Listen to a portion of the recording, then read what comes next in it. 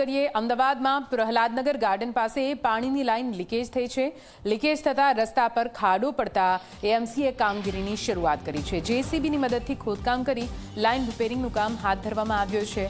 ટ્રાફિકવાળા આ વિસ્તારમાં અડધો રસ્તો બંધ થતા વાહન ચાલકો ભારે હેરાન પરેશાન છે। મોટી દુર્ઘટના ટાળવા તંત્રએ તાત્કાલિક કાર્યવાહી કરી છે।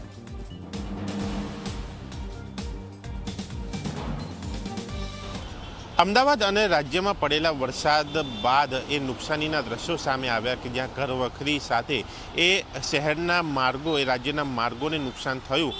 તેમાં અમદાવાદમાં પણ શહેરના રસ્તાઓ ખરાબ થયા, ભૂવાઓ પડવાની ઘટનાઓ સામે આવીને સાથે આ જે દ્રશ્યો જોઈ શકાય છે, આ જેસીબી એએમસી અમદાવાદ મ્યુનિસિપલ કોર્પોરેશનનું આ જે મશીન જે પ્રહલાદનગર ગાર્ડન પાસે 4 રસ્તા જે આવેલા છે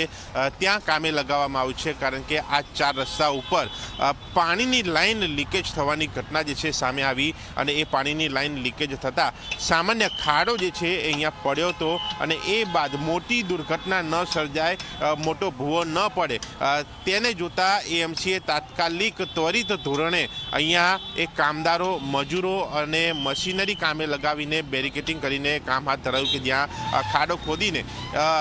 તરત કામગીરી હાથ ધરીને ટ્રાફિક મુવમેન્ટને તેની અસર ન થાય, વાહન ચાલકો સાથે ઘટના ન બને તે ખાસ અહીંયા ધ્યાને રખાયું છે, કારણ કે આ જે જગ્યા ઉપર એ પાણીની લાઈન લીકેજ થઈ છે તેને લઈને એ પાણીનો વ્યય પણ થઈ રહ્યો છે અને સાથે